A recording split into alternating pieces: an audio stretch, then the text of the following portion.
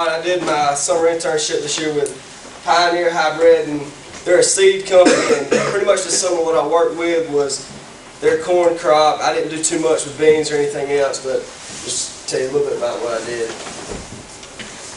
And as soon as I got there, it was an 8-week program, and I got mine stretched to 10 weeks luckily, but they were doing a little bit of like planting for some bean plants. They got their treated seed and stuff they do. They have a few growers right around my area who plant seed beans for them, and I went and I checked that out for a little while, but I didn't really do too much with the planting test plots. And a lot of what I did was the corn plots, which were already up, is I would go and I would go find the farmers, I'd go talk to them, and I'd go sign their plots so people would come by and look at them. And a lot of what I also did is I'd sign individual fields. I'd say I signed pretty much every irrigated plot there was. I'd say 7, 8 big irrigated plots, and then corn was pretty bad this year in some spots, so I didn't sign that much dry land corn, but I did get to go by and I meet the farmers and stuff like that and sign their plots.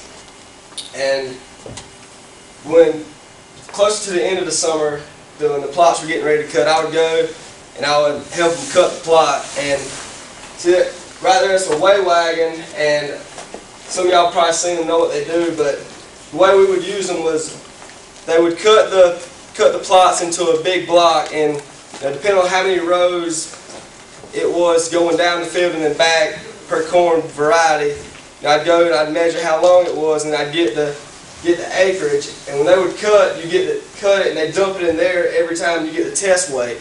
And from getting the test weight, and then you get a sample out and you are able to find the moisture, and then from that you're able to find the yield that it's going to bring, and then you can see how good quality corn it is. And they don't just do Pioneer corn in the plot, they'll do, I'd say, it depends, between 6 to 10 Pioneer hybrid varieties, and they'll throw a decab in there or something like that, just something, every other one, just so they'll have something to compare theirs with their competition.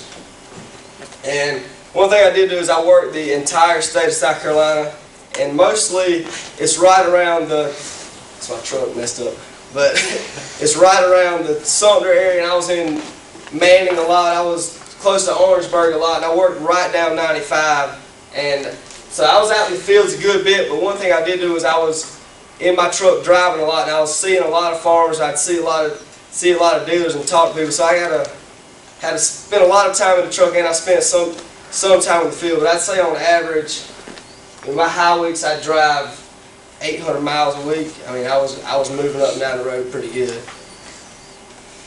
And one thing that I enjoyed by far the most was meeting the farmers. I would get their names, I'd go to their shops, and I'd talk to them about their corn, and I'd go out there and I'd usually break an ear or two off and do a little yield calculator and try to help them out with that. And one thing about meeting these farmers is everybody does something a little bit different. I mean, they know a lot more than I do. The only way I've ever seen anything done was the way my dad did it. But then you talk to people from Darlington, and you talk to people from down there around Allendale.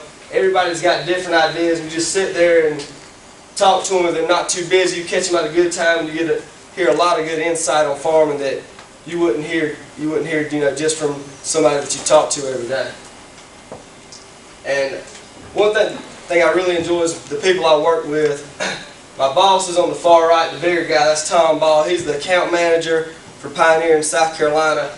And the guy standing beside me is Michael Chassera. He is the sales rep below the lakes in South Carolina. So he works Orangeburg, that area below Lake Marion on down. And the guy above that works above the lakes, I don't know if I have a picture of him. That's Dick Thomas. And Dick Thomas, well, he works, and I work with him a good bit because he lives right there in Columbia. So he would come by he'd come by my house, and I'd drive with Dick about 2 times a week, and I'd drive with Tom once a week, and I'd usually go below the lakes once a week. And then it depending on what week it was, I'd spend between 1 and 3 days by myself going and signing individual fields or signing plots or talking to farmers or spending time in the warehouse in Darlington kind of organizing Pioneer stuff. That's just another picture. That's right before we started field day. Okay, and Pioneer Field Days. I don't know if many of y'all know what a field day is, but the way I kind of look at it is kind of like it's Pioneer's big event for the whole year, for the whole summer. And they have two of them. Like they have one above the lakes, and they had that in Lynchburg this year at Clemson Farms. And they have one below the lakes, and they had that CW Backlands this year. And they just, you set everything up as nice as you can, and in weeks prior to that, you go out and you send farmers invitations and stuff like that. Mainly farmers who have like previous plant Pioneer corn previously and stuff like that. And you come and showcase them, you show them what's new, and you show them and tell them what they need to plant, because when Pioneer designs these hybrids, they might design a 116-day corn or a 108-day corn or something like that for a dry land application, is where they're going to have their bigger corns, their higher yielding corns designed for irrigation, where they're trying to bump their yield up to, some people in South Carolina, even like right now, that mess with irrigation and mess with corn a lot. They try irrigation, they can bump their yield up 100 bushels and they get 200 bushels. And I've talked to them and they say you start to mess with things, go with different hybrids, apply different amounts of nitrogen, mess with your seeding rate and stuff like that. And some guys are close to hitting with good fertilizer. I mean, they're putting a lot of money into their soil, but I mean, some people are hitting close to 300 bushels an acre that I saw this summer. I saw a few fields where I know I went in there and I broke off several cobs, and I calculated back to back to back over 270 bushels an acre. And here's the bean plots. Pioneer just doesn't do corn, they do beans too.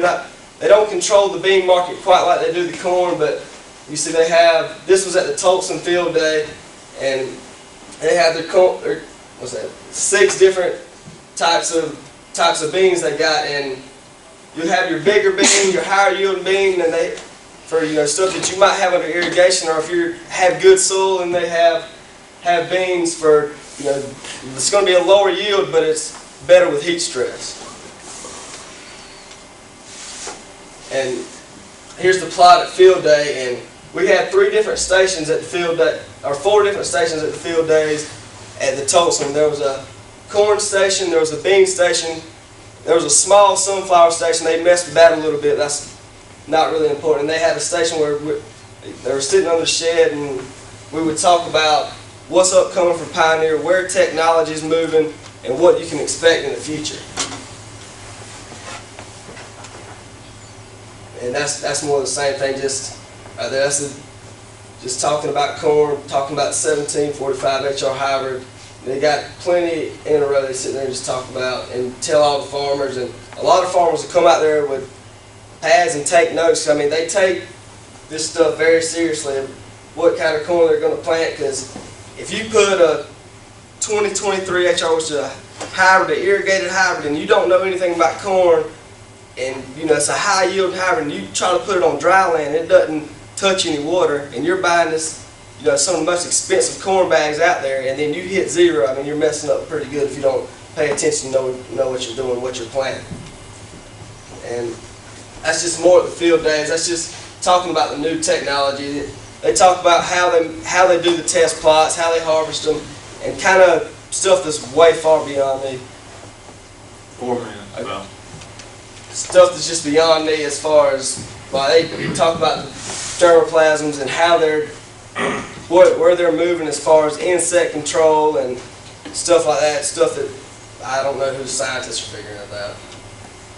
And that's just, you can see how many people are at these field days. At the Clemson Field Day, I think there was a little over 100, and at the Backland Field Day there was about 200. And there's just a bunch of farmers really do come. They pay attention to a lot of things they say, just to know what's coming out, what you can expect, and they get a lot of insight on what they're going to plant their following year.